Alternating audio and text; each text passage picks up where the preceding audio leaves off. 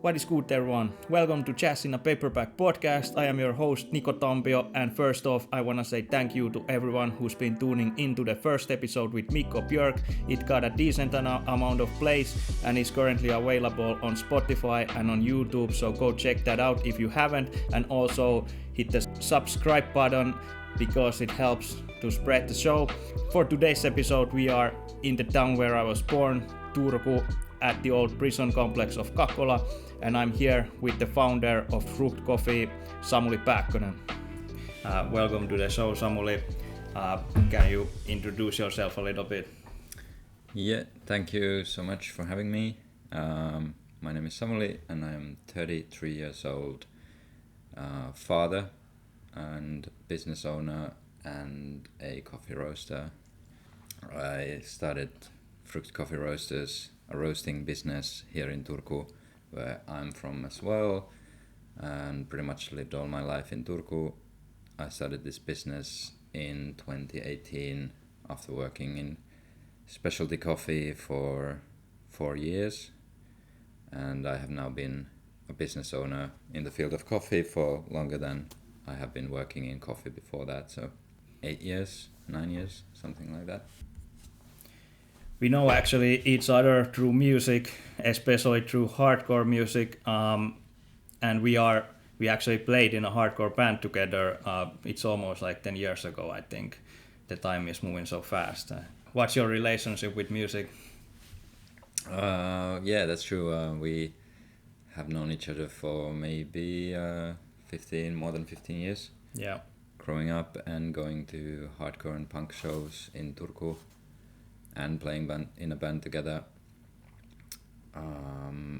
Growing up, I was really into music, and punk rock and hardcore really changed my life. Going to shows and meeting people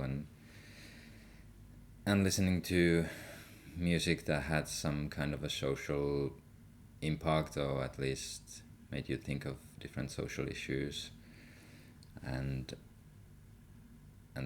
trying to build a sense of community, I think, was very essential to why I was interested in this type of music, and perhaps the DIY attitude of the punk rock scene really influenced me to go where I am today. Yeah, you could say that. Yeah, definitely. I relate to that. It has influenced me on my endeavors as well, and so. But perhaps, yeah, these days, maybe every other month, I might listen to something related to hardcore or punk rock, maybe more The Jam or The Clash, or something a little bit easygoing. Yeah, same for me. And one thing that I actually noticed during the pandemic, when lots of stuff I was studying during the pandemic and lots of our lectures were through Zoom, I just noticed that when we had a pause on the Zoom lectures, I always went to the Spotify and started to list some of the craziest shit, like black metal, whatever, craziest hardcore with craziest breakdowns. So that's something that I had to hear for you guys. And so music has been, for you, it has been clearly some kind of big influence through which we can jump into the topic of today. How you got interested in coffee in first place, when that did happen, and did music play? You have to tell this, that did music play a role there too, or? Yeah, I got interested in coffee fairly late in my 20s, maybe 22 or something. I didn't drink coffee growing up. I didn't like coffee, and then I worked in a store, and in Finland is pretty much the only country in the world where you have mandatory coffee breaks in your 8 hour workday. You're able to have 2 10-minute breaks for coffee. So I didn't want to not use those breaks, so I hung around the coffee brewing place in the workplace and started to drink coffee with lots of sugar and milk, and then I figured that dark roasted coffee was tasting better, so that's what I got. And yeah, heaps of milk and heaps of sugar. But that was in my early 20s, maybe 22-year-old or something. So, but yeah, music sort of played a role in me getting into coffee more, as in the punk rock and the hardcore scene, you would have your subculture of straight edge, which is basically abstaining from the use of drugs and alcohol, cigarettes and whatnot. And I was really influenced by that and was straight edge for maybe 10 years growing up. And so coffee was a natural sort of drug-free way of socializing as well with friends. And that's what got me a bit more into coffee. And then quite early on, after starting to drink a bit of coffee at work, I started to brew some coffee at home. And then I got myself a small coffee grinder and started to buy in dark roasted coffee as beans and brewing coffee at home. And then maybe a few months in, for my 23rd birthday, I got a bag of coffee from a friend that really changed the coffee game for me. It was a coffee from Ethiopia, from a local roaster from Helsinki. And it was spectacular. It was amazing in taste. It was citric and really aromatic and completely different to any other coffee that I have ever had by then. And the bag said that it's light roasted. And for me, the coffee that was tasting good was dark roasted because it had more bold flavor and more, just more flavor in general. And that's what I figured, that I had figured out the coffee once and for all, that dark roast is better, light roast is bad. And then this bag changed everything. And then I started to dig into why some coffees taste better than others. Is it the roaster? Is it the roast? Is it the producer of the coffee? Because this bag also mentioned that the coffee is produced by a Hunkute named washing station in Ethiopia, in Yekeshef region of Ethiopia. All of these were just complete nonsense. I didn't understand any of it. Just understood that this coffee is different. And I had to know how to tell these coffees apart from all the other coffees in the market. Yeah, so it started basically as a hobby, and then it kind of sucked you in quite fast, I think. And it happened really fast. I started drinking coffee at 22, 23. I got this bag, and then within that year, I spent traveling to Helsinki and a few other places, Stockholm and a few other places, visiting coffee shops and buying coffees for home and trying to map out which roasters in the Nordic countries are the best, and then bring these coffees at home. And then eventually by the end of the same year, I tried to start working in coffee. I remember in that time, around I think 2015, the coffee, because I've been drinking coffee since a kid, like as long as I remember, and I'm pretty savage still when it comes to coffee, that I drink the basic market stuff and things. But I remember in mid or like 2015ish, around that time, there's a lot of my friends got into the specialty coffee, and I tried that stuff, and it was like, I felt like that it was okay, but I didn't kind of got hyped about it myself that much. But what sparked the idea for you to start making coffee, or what sparked the idea for you to become a professional in the field of coffee? And was the idea, like when you started, you said that you started working in coffee places, was it always that you wanted to start your own roastery, or was it first like you want to work as a barista or own a coffee shop maybe, or how did that come together? So I started working in coffee by the end of 2014. Yeah, 2014.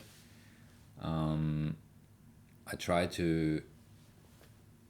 was working in my basic store job that I wasn't really happy to be in, and I got interested in coffee, but the coffee scene in Finland was, and still is, really underdeveloped when it comes to specialty coffee. There's not a lot of places you can work in. There was one coffee shop in town, and I knew that they were also roasting coffee, so I applied there, saying that I'm interested in working in coffee and I'm willing to change whatever career path I was on to start working in coffee. And yeah, I was a bit scared to change my life basically and start to dig into coffee as a professional thing, because there were not a lot of options for that, especially in Turku. But then I didn't get the job in the coffee shop, but then the same owners have a coffee roastery near Turku, and they needed some helping hands, and then I applied there for an internship, 6 months internship. Yeah. And then started from that. And this roastery was small. It was one guy who owned the place and roasted coffees and did everything. And then he also had another business that he was setting up. So he needed help, and fast forward a couple of months into working in the roastery, I was pretty much taking care of the daily tasks of the roastery, roasting the coffee and packing and dispatching and taking orders and everything. And then I stayed there for 3 years, working and building a bit of structure to how they managed the orders and the schedules and the roasting. But pretty much I got quite a steep learning curve from starting in coffee, knowing a little bit, pretty much nothing, and then starting like a 360-degree view on coffee from the roasting side, which is very different to coffee shop side, which is mainly customer service and providing service for guests and brewing coffee for sure, but it's not so much about the coffee itself, as it is more transactional and it's more customer service based. So I was really lucky to not get that job in the coffee shop and instead work my way into the roastery from the internship, and the money that was paid was not, I could sustain on that. It wasn't great. They were small, and I was willing to just take whatever I could and learn as much as I could in the roastery side, and that turned out to be a really, really good opportunity for me. What did you have, obviously for coffee you didn't have any studies under your belt, but what did you had studied before that? And clearly working at the roastery has been crucial for your development in your career, but what you have done before all the coffee stuff in terms of studies, and how you see the importance of internship for your career? Before starting in coffee, I actually didn't study a lot. I did the mandatory school and high school, and then was sort of on the fence whether or not to go to university, but nothing really sparked my interest in the university, and I just needed to move away from home and support myself paying rent. So I started working in a store, and that was pretty nice. It was parts customer service, parts logistics, parts storage, parts running things and selling decent products. It was nice, but it didn't really fulfill me in a lot of ways, and in that job I actually did a sales kind of sales related internship educational thing. I don't know what it was called, but it was in terms of sales, which made sense. And yeah, that's about it. Everything has been learning the ropes as I go. Yeah. Pretty much. And yeah, in roasting or in coffee there's fairly no educational platforms. There are some, but it's not really. It's pretty much just hands-on learning. Yeah. Learning the craft. Yeah. So really. Internship is most likely perfect for that. Yeah, but the internship with this small roastery in town was really crucial as they couldn't afford me. Yeah. They couldn't afford anyone. And then in 6 months' time we could change things around so that I could get paid whatever they could afford to pay me, and that was enough to make things work for a few years. Yeah. So after the internship, or after working at the smaller roastery, you decided to go to Denmark, and how that came about? After roasting coffee for 3 years at this roastery in Turku, I was pretty unsure whether or not I was able to carry on working in coffee or growing in this company, and then I also wanted to escape Turku and move somewhere else, change my life. And I asked for a job options in Denmark at the Coffee Collective, where I knew a Finnish person was working, and this company was and still is pretty much one of the coolest, one of the best coffee roasting and coffee businesses in the world, and one of the first, or probably the first roaster from outside of Finland that I knew of early on and tasted their coffees throughout the years, and I was really looking up to them quite a lot, and then applied for a job there. They did actually have a job available in their small roasting team, and I just signed up for it, and in 2 weeks' time I needed to be in Denmark roasting coffee for this place that had really been like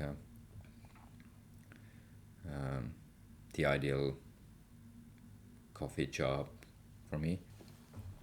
So I started working for this company in Denmark, in Copenhagen, that I was really inspired by and really wanted to be working for my years in coffee by then. And this was really interesting for me professionally, but at the same time, right before leaving for Denmark, I had just met my now wife here in Turku, and that sort of changed the whole landscape of decision making. Yeah. As she was quite an unusual person, and she really changed a lot of things for me, so I wanted to pursue this interest above the professional one, and just tried my best to make a lot of connections in the coffee community in Denmark in my short time there, and work a lot and build my knowledge and leave a good impression. Yeah. And yeah, after that she pitched me the idea that maybe I should open my own coffee roasting business here in Turku, as she had her bakery, sourdough bakery, that she co-owned here in Turku. So then I just started planning setting up my own business and going into business in 2018. Yeah. So how was starting a roastery, because it needs quite a bit of investment, and the right place, like it's not even the start. Is not, of course, starting a business is usually not the overnight decision, but this definitely is not. Was it scary jump into it, like especially because the coffee roasteries haven't been a so big thing in Finland, and you have to kind of get all the, I guess you have to get all the materials, like the machines, beans and whatever, you have to get them from abroad. So how was the jump to the business? Pretty early on, working in coffee, I realized that the local coffee scene is different to Sweden, Norway and Denmark, and a bunch of other places where the scene is really developed, and there are a lot of coffee shops and high quality coffee places and roasteries as well, and the local scene was a bit different. The quality aspect was there, but there were only a handful of roasters who did really good job in my eyes, and a bunch of others were roasting a bit more dark and selling coffee more traditional way, and trying to maybe appeal to a broader market and sell coffee in a way. And I was more interested in pushing the boundaries and working with the higher end producers and products and building a small brand that would appeal to the international coffee community as well, and not just the local, but also to be standing out from the local field, from the local coffee market. The jump to starting up a business was not really scary because I had nothing to lose. I didn't have any savings, I didn't have anything really that I could lose. So in a way it was easy, and I had no other aspirations, no inspirations for anything other than this, so it was easy. And as you mentioned, we're here in Kakola, which is the old prison complex. This was a development that was happening, or it has started in 2018. So through my now wife, I got into contact with the people who developed this area, and they were interested in having the roastery in Kakola. There was already talks about a brewery starting, and a restaurant was already operating as a pop-up, and they wanted to have a roastery as well. So all the premises, all of the permits and everything, it was really easy for us, and the timing was really good. And then I just needed to draw up the plans to get investment from the bank. And it didn't really feel too complicated. It obviously took a lot of work. So I pretty much worked 9 months on the project before we set up the business in the end of 2018. But yeah, the original investment was not too much, but it was a lot, and pretty much all of it was equipment and the first green coffees that we got and some packing materials. So the setting up cost was high. And we didn't have any customers to begin with, or we had 1 or 2, but we just had to start working from ground up. And I remember it's like when I noticed that you were working for the coffee, like I mentioned before, that during the around 2015 and after that, the specialty coffee kind of grew around my friends and stuff, so I got to taste that. But like I mentioned, that I didn't feel like, to me, that it was good, but like not anything mind-blowing.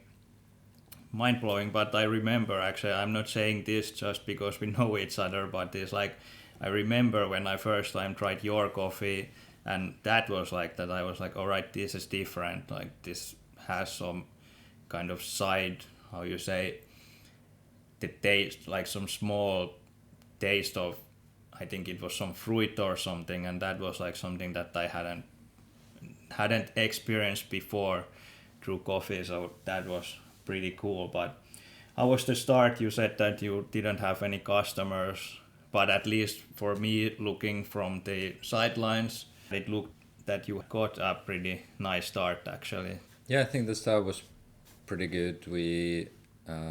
I knew many people in the local industry and some outside of Finland, so we had a pretty good turnout for our opening party here in the roastery space. Yeah. Which was totally different back then.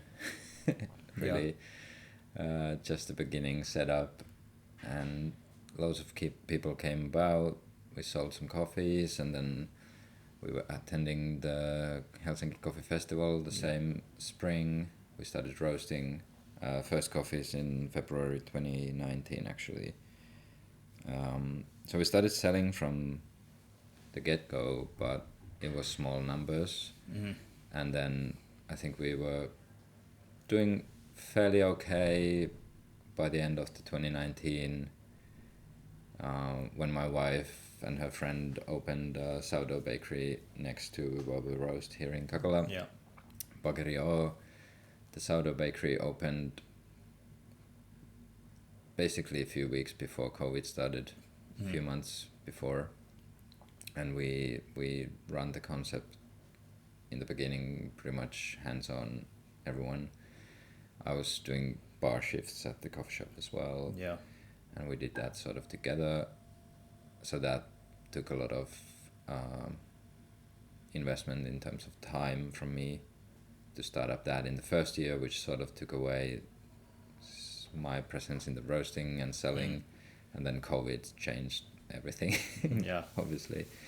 But even before COVID, my initial idea was that I want to create something that is not happening in Finland, something that is happening somewhere else.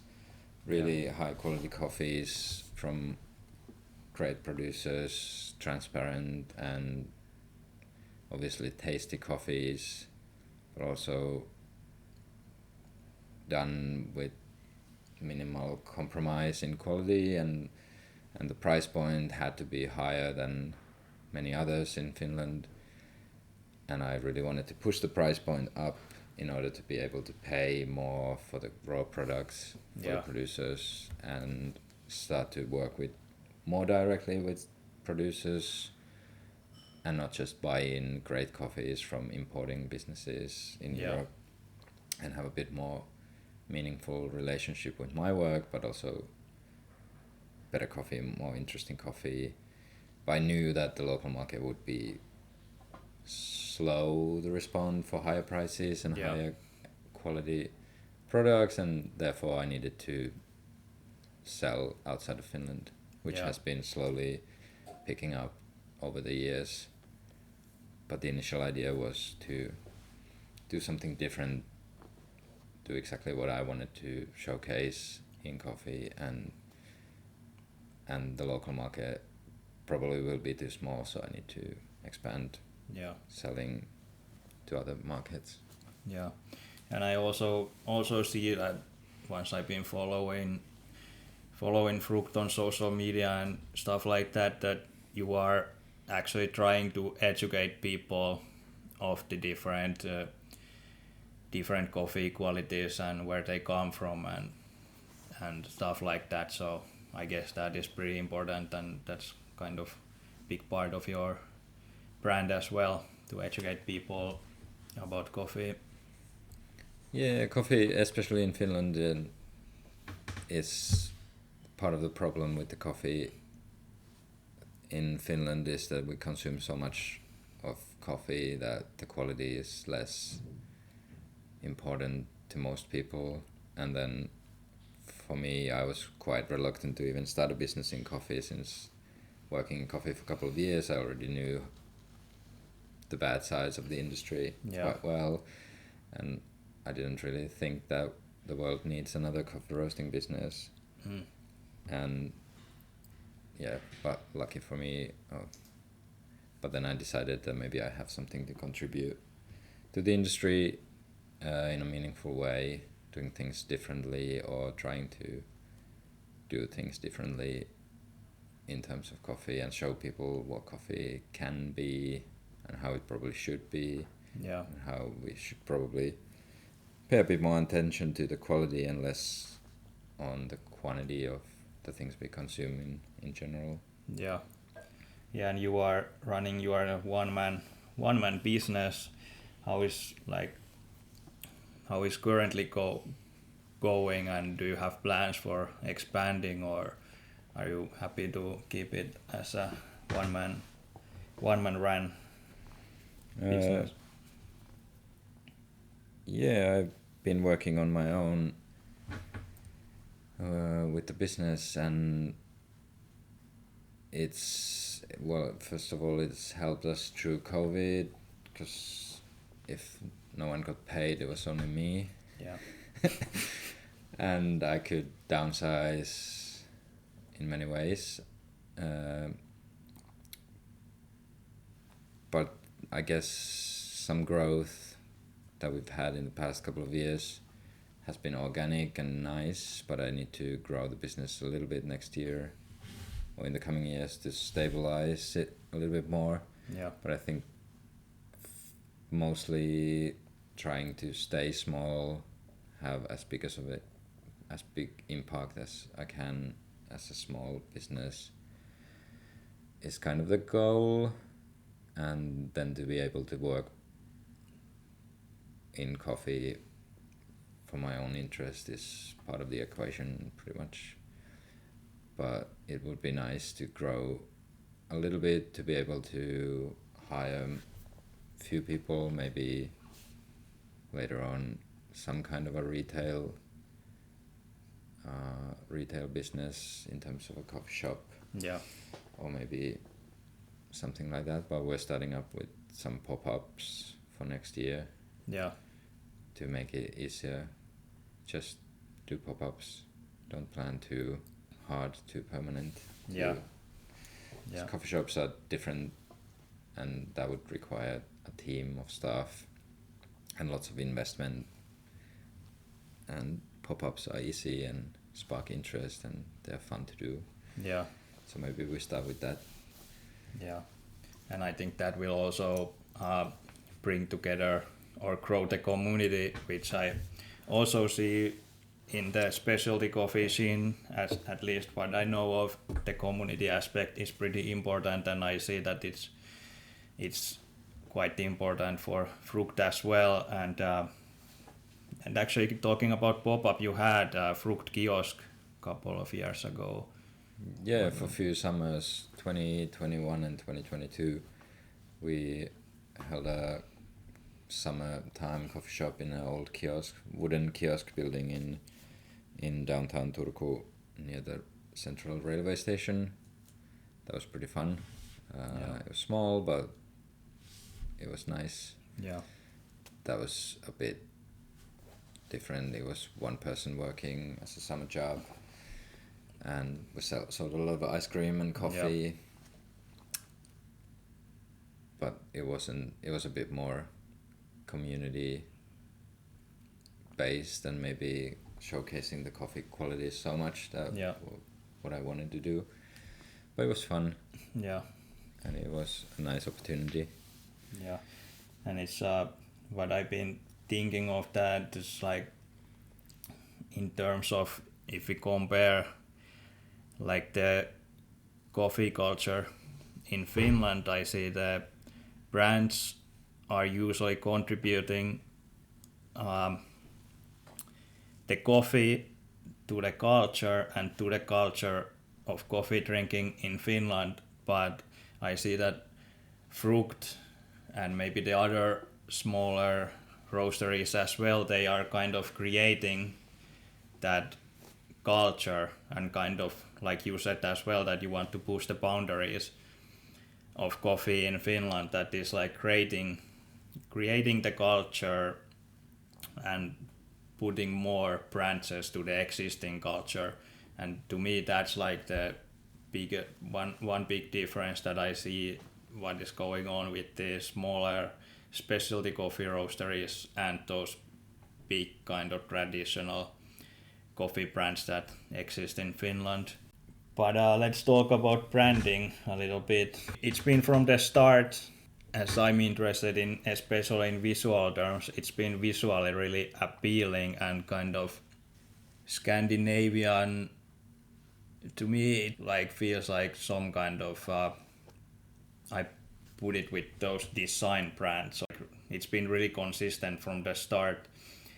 Very Scandinavian, very clean. That's what I feel when I think of Frukt brand. And like how did that come together? Did you kind of have the whole how you want this brand to look from the start before you started making anything, or what has inspired you in terms of on Frukt brand image? The branding was really essential for me and still is, and I feel like all that you mentioned before is really nice to hear, since all of that was the intention. Yeah. I wanted to work with someone who could realize my ideas of the coffee but in a visual way. Yeah. And I didn't know, or I didn't have any idea how to execute any of the design myself, so I pretty much only hit up one person that I had seen about on social media and in different projects, a designer called Pääkkönen, and he was interested. We met up and he was a really nice guy, and he was really interested in helping me create the brand, and we could use the initial investment to pay him, which was also great. And yeah, our collaboration has really been one of the key points of success for me. Yeah. For when I consider the successes of the brand itself or the business. And he just happens to be this year's Designer of the Year by Grafia, the association in Finland who announces their annual Designer of the Year. So that's pretty cool. Yeah. But for me, I wanted to have the brand look less like a coffee brand and be kind of minimalistic or Nordic, whatever that means. I showed some ideas to Tommy when it came to coffee bag designs and coffee brands which I liked, and then I only probably gave one big no-no that I didn't want, was that we should never have the coffee bean in the logo. Yeah. So when he showed me the first draft of the visual things he had come up with, the whole logo was a coffee bean. Yeah. So he broke the rules. So he really broke the only rule, which made me appreciate him a lot more than I already did. And then throughout the years we let go of the shape of the bean from around the Frukt logo, and now it's only the typography left. But yeah, we wanted to have the brand to look like less like a coffee brand and more like a coherent brand in itself. And we definitely I wanted to have the name as small as possible, or like just a one word, instead of a longer, more complicated word. And for some reason I came up with Frukt. Probably I was researching some beer brands from Denmark, and one place in Copenhagen, like a beer bar, was called Bruce. And that sort of, I didn't know what that meant, still don't, but it looked nice. And then I started to think that, okay, maybe we could have a word that is sort of relates to coffee, and maybe fruit. Coffee is a fruit, so why not maybe use the Swedish word for fruit, which is frukt, It sounds weird in Finnish, it sounds weird in English. It only makes sense to Swedes and maybe Norwegian and Danish people, even if they spell it a little differently. And then we just went with that. Do you have any influences that you look up to, like in terms of design, architecture? We already talked about that you that we know each other through music, and I have also seen that you've been vibing with a lot of jazz and stuff like that. So for the brand, is there anything that has been crucial influence in terms of visual look that you have used for? Because of course in Finland, for example, Alvar Aalto is a big name, and I kind of see Frukt also coming after that a little bit, but not like the way that it looks intentional, but I kind of see that Scandinavian design. Yeah, none of that has been necessarily intentional, but I have some Aalto furniture from Artek at home that I've been slowly collecting over the years, and we have some with my wife now, even more so. Some of them have been in social media at times on the pictures. Some of the stuff I have here at the roastery is from Artek. So it's pretty hard. It hasn't been intentional. Yeah. That's for sure, but I'm glad if it comes across. Yeah. And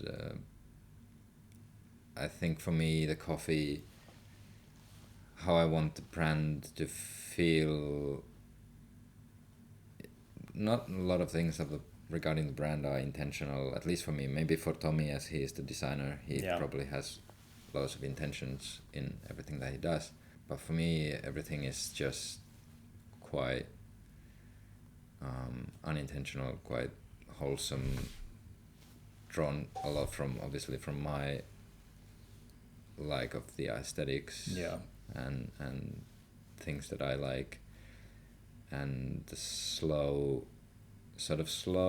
living kind of thing where we focus on the coffee consumption less and more in the flavor aspects in the coffee, and appreciate what I would like us to appreciate more, the quality of the beverage, the quality of the food you eat, the bread you eat, the everyday, and then the furnitures and the second-hand design and everything comes quite naturally for me. So if it comes across in the brand, then that's awesome. Yeah, and you have like fun and exciting, the two words that are like what I understood, they are like different styles of coffees. Can you tell a little bit about what that's about? In the beginning, when we designed the brand and how it's going to look, I thought that it might be fun and interesting to investigate having just two different categories for all of the coffees. So coffee is a seasonal crop, and the producers that we buy coffee from are not necessarily producing the exact same coffee, or we can't purchase the same coffee the next year necessarily, or if we do, then it might taste different, or it might or we might buy a different variety or different lot from them that tastes different. So we wanted to showcase different coffees, but also make it easy for local customers or whoever is not really initiated into the specialty coffee thing, where they might get intimidated by different coffees that have weird names. Yeah. So we wanted to have green and pink, fun and exciting, as a sort of starting point, where the fun coffees would be green in the label, and they would be more balanced and a bit more traditional. By far no traditional coffee, but more easygoing maybe. And then the exciting coffees were just anything processed differently, or more acidity forward, or more citric or berry like and bold in the flavor. So they would be called exciting.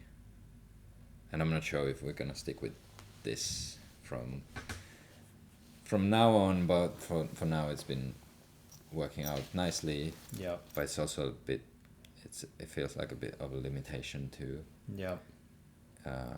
some extent. But it's been working out for now. We'll see about the future. Because at times it feels like some of the coffees might sound a bit more normal than they actually are. Yeah. Which I don't want, because everything I buy and roast and sell is from really high-end producers, and I don't want it to be sounding like it's normal. And from the perspective of being a photographer, I pay a lot of attention to the brand image through photography, and I see that it's really thought about in case of Frukt. So tell me a little bit what's your relationship with photography and maybe with art as well. What I've been delighted to see lately is that the image is turned from digital to film photography for the brand, and that's pretty cool. So what's your relationship with photography and how the film photography came about? Have you been taking photos before, or is it like the new thing? It's pretty much an old thing and a new thing. I always, even since school, I wanted to actually pursue photography, but I didn't have any equipment. And then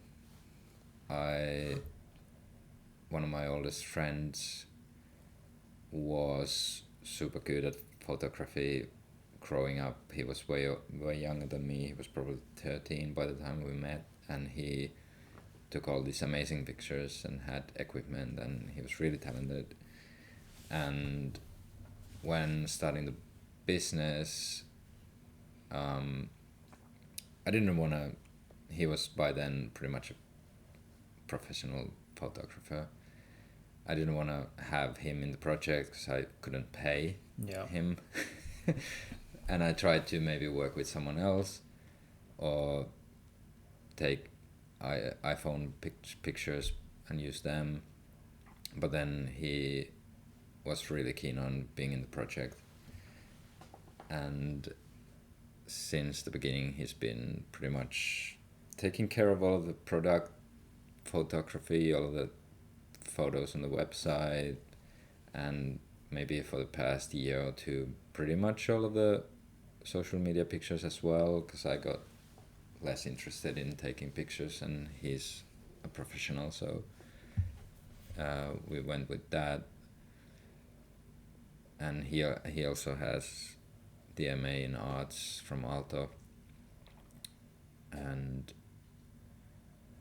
yeah, he's a dear friend of mine, Alex Talve. Yeah,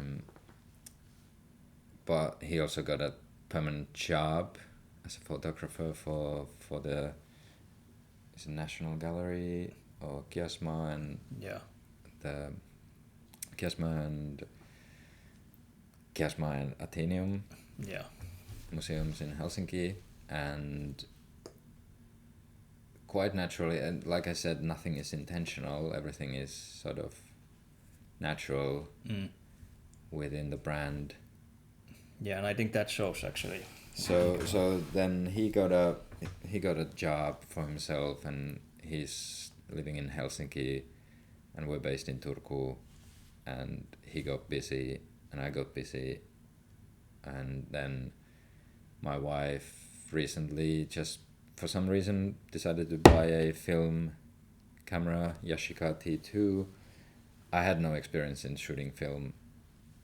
I had borrowed Alex's camera for like once or twice growing up, and I liked it, but it was intimidating, and professional cameras and everything just got me intimidated. Too many options, too much you need to know and plan. So this cheap point and shoot film camera was nice.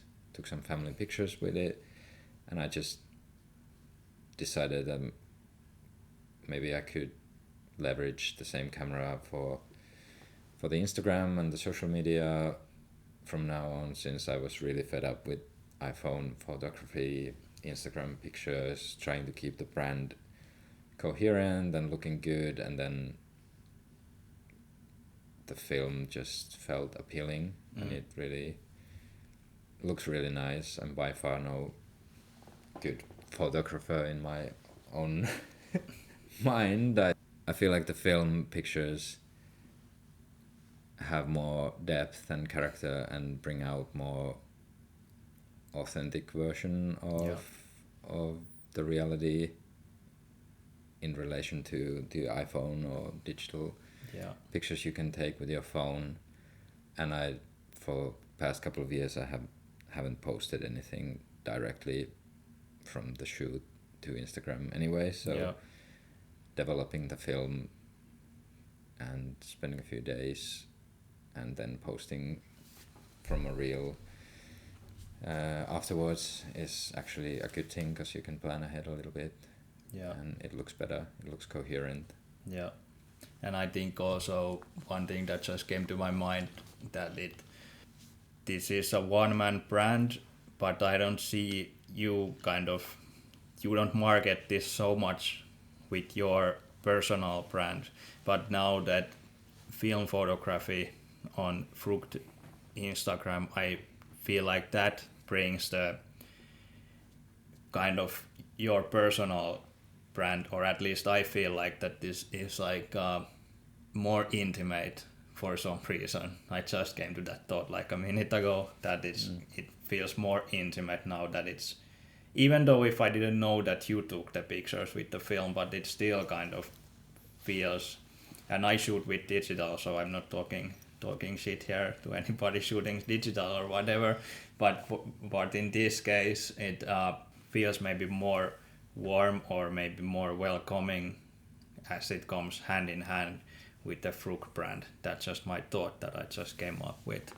But I want to talk a little bit about personal brand, because this is a one-man brand, but I feel like that you are not marketing it with your name and with your personal brand, at least directly, but it's still, to me, it kind of feels like intimate still, and it definitely doesn't, what it doesn't feel is like it feels like that it's a bit bigger company that this really is, but it at the same time it feels like that very intimate and like kind of welcoming.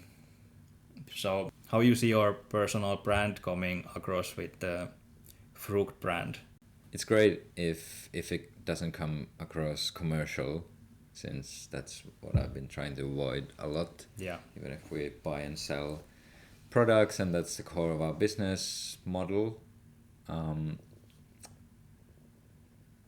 But as I said, nothing has been intentional, and maybe now moving into shooting on film for social media, it does feel more warm and more intimate, like you said, and it does feel a bit more journal-like, or more tangible in some way, shape or form. I can't really put my finger on it, but it feels better. And many of the decisions with the business and with my life has always been naturally moving towards something that feels better, that is better. And whenever you try to think too hard, you end up somewhere you didn't want to begin with. So the personal brand has been a bit of an issue, I think, with me from the beginning. I don't think I wanted the brand to be about me. I didn't want to say that I worked for this roaster or I worked for the Coffee Collective. I didn't want to leverage any of those, and I probably should have a little bit more, because there's no shame in leveraging your past experiences, but I wanted to build a brand that is on its own and a product first, and the product is everything, and all of the other things are marketing. And I didn't I don't feel like I'm doing marketing. I feel like I'm journaling and showcasing what I do, what we do as a business, and that's not really marketing. That's just documenting what we're doing. And it's the same with the product, really. We buy coffees and then we roast them and then we sell them, but I don't feel like they are my products. Yeah. Because I buy coffee from some producers that we work directly with and some producers not so direct, but for me it's always someone else's coffee, someone else's product that I'm showcasing within the Frukt brand. And that is why we sell coffees that are called the coffees are named by the producer or by the name that the producer wanted the coffee to be marketed. So obviously they are roasted by us and they are our products made by me, but I feel like I'm just representing the products of these producers and trying to showcase them in the best possible way. Yeah. Which again doesn't feel like marketing if I'm trying to say that I actually really, really enjoy all of the coffees that we have on the menu. Yeah. It's just pointing out the actual fact that I really do. Yeah. And it feels natural and less corporate and nice. I see that it's like your approach is very collaborative in terms of with the coffee suppliers and as well with bakery or and stuff like that. You are collaborating a lot. We are approaching the end of this episode, but there's one thing that I want to ask Samuli about, because I have seen a lot of cupping stuff, but I have never really dived deep into that, and it seems like it's a big thing in coffee culture. So tell me, what is cupping about? So cupping sounds really weird, and it might be weird for many people, but cupping is basically the industry standard for tasting different coffees side by side. So what it really is say 12 grams of coffee ground and 200 grams of water boiled off the boil on top, and then the coffee creates a small crust on top of the cup, and then you let it extract for 4 minutes, and then you break the crust with a spoon, smelling the aromas, and then you let it cool down. You let the cup cool down for a few minutes, and then you can start tasting with a spoon, slurping and trying to catch the aromas and the tastes from the coffee. Yeah. And you can have one coffee or you can have several coffees next to one another, and you can evaluate them a little bit more evenly, since if you brew coffee and then you brew another coffee and then you brew a third coffee, there are some variables that might influence the taste. And with cupping, the coffee tasting, you want to erase all of the variables from the equation, and then you can just have the same amount of coffee, same amount of water, same time, and then what's different in the cup is the actual coffee that is tasting different. Yeah. And the cupping format is industry-wide, and we use cupping to taste samples from the producing partners and mapping out which coffees we buy, or if the quality is up to our standard, or if the quality is better from last year or whatever, or basically just mapping out options, which coffees are we selecting for Frukt, and then we cup the production samples from all the production batches that we roast the coffee in 5 kilo. Then we cup every week the small sample of each production batch side by side. and score them and analyze if we're moving in the right direction, if the coffee is tasting better from last week, or if it's tasting consistent enough, or because the coffee is, especially from a production standpoint, the coffee is a seasonal crop that is stable enough for about a year, and then it starts to fade, and you need to take all of the variables in the roasting process into consideration pretty much every week. You need to taste the coffee to know if you're roasting in optimal style or to a degree that is tasting great. So tasting is a big part of the coffee, especially if you want to be working in the highest quality standards possible and know your product. You need to do a lot of tasting, and cupping is essential in that. But then cupping you can cup different coffees from different roasters and compare coffees, and you can showcase your product range for customers or clients side by side and pick coffees that they like and stuff like that. So we've had a few cuppings actually lately in Helsinki and in Copenhagen at wholesale clients. Just public tastings really for people to get connected with us and our coffees, and that's been fun. That is great.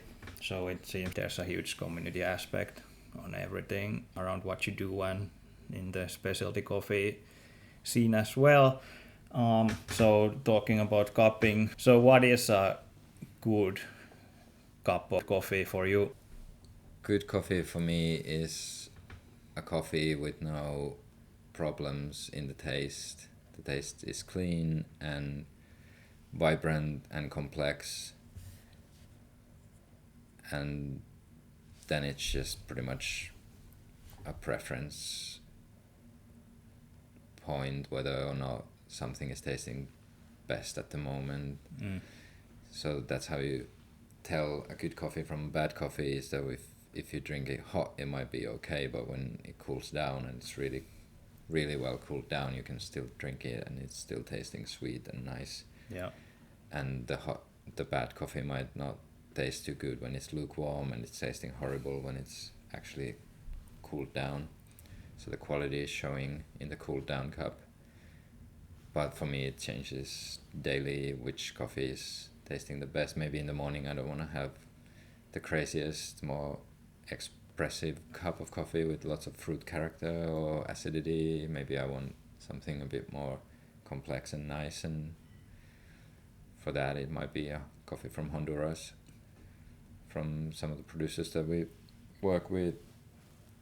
That is a traditional washed Pacas variety from Honduras. That's my go-to pretty much.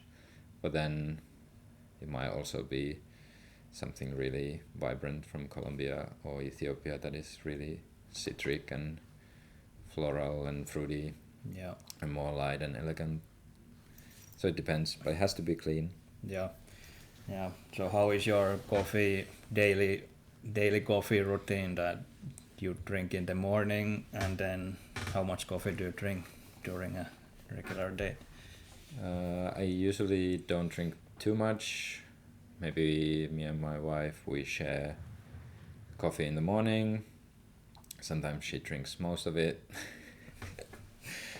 And I brew myself a cup or two at work if I'm at home. Right now I'm working 4 days a week and spending 3 days home with our 1-year-old boy. So when I'm with him, I might only just maybe brew 1 cup after the morning cup. But we might get some coffee at the bakery. But I'm drinking less coffee when I'm home. Because at work I might need to taste 20-something coffees side by side. Or I need to brew the next coffee that we're releasing in a couple of weeks. I need to taste it, brew it differently, try it, see how it tastes, or maybe a few of those, or And I don't drink that much. And when you're tasting coffee, you spit, but there's still a lot of caffeine. Yeah. So working in coffee, I drink less and taste more. Yeah. So it's hard to determine. But when I'm home, it's 1 or 2 cups. Yeah. Pretty much, and usually not past midday, afternoon. And lately I've been trying to have some of the decaf coffee that we carry in our selection from Colombia, from a producer that we work with.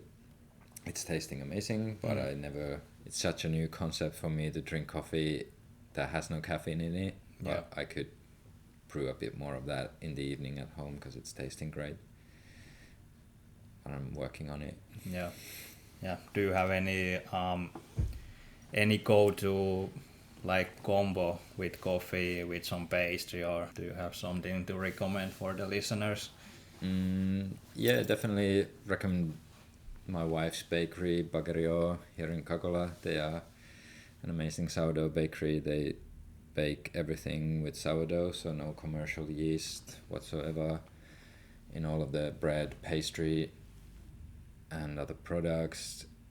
They are also using organic flour and milling some of their own flour. So I'm pretty picky when it comes to pastry. Yeah. I was just in Copenhagen a couple of weeks ago, and some of the pastry from some of the really nice shops made me quite sick in the stomach because of all of the commercial yeast. Some of the croissants I had didn't really have depth of flavor. They were tasting nice and they looked really nice, but the stuff that they put out here in Kakola is that the flavor is so deep.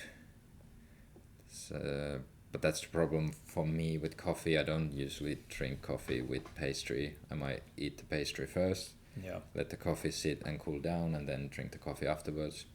If it's our coffee, it's going to taste amazing. Otherwise, you might end up just drinking the coffee with the bun or the pastry and don't really taste the coffee that much. So for me, coffee doesn't really pair super well with other things. I usually just let it sit and enjoy it later. Yeah, That's interesting. All right, so we've been having a good discussion about coffee culture. I have learned personally a lot, and to wrap this up, what are the top 5 cool things going on right now in your life? What you've been hyped about? Top 5, at least number 1 is my son who just turned 1. He's amazing. It's been a great first year learning to be a father and also adding the business ownership thing in the mix. Number 2, maybe music, getting into a bit more music these days, not so much punk rock as we discussed or hardcore, more jazz and vinyl records, buying a bit more records, listening to records with my son who's picking them up from the shelf, and maybe being happy where I am in life, embracing the small business stuff, the ownership, the work-life thing, and not thinking so much about what it should be and instead embracing it. And what else is good? I've been more interested in coffee this year, which is great. After being a business owner in coffee roasting for years now, it's been fun to be excited about actually brewing coffee and tasting coffee and drinking other people's coffees as well. So that's been fun. And then I have been a bit into wine whenever I can. Open a bottle with a friend or someone visiting, or maybe having a glass in somewhere in town, or traveling, natural wine or low intervention, organic, real wine. That's been interesting for me, and as it is tasting, but it's also different to coffee. Yeah. But has so many similarities with coffee and stuff. Yeah. One more thing, maybe in relation to embracing things as they are.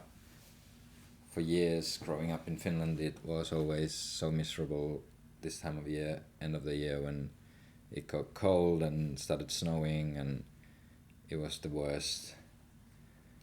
Days are short, and it's not nice outside. But these days, I'm actually embracing that. Right now, we have a small snow on the ground. It's looking brighter and nicer. It's cold, but it's not super miserable, and this is the life as it should be in the Nordic country. So why not embrace it and stay warm on the inside and enjoy your life?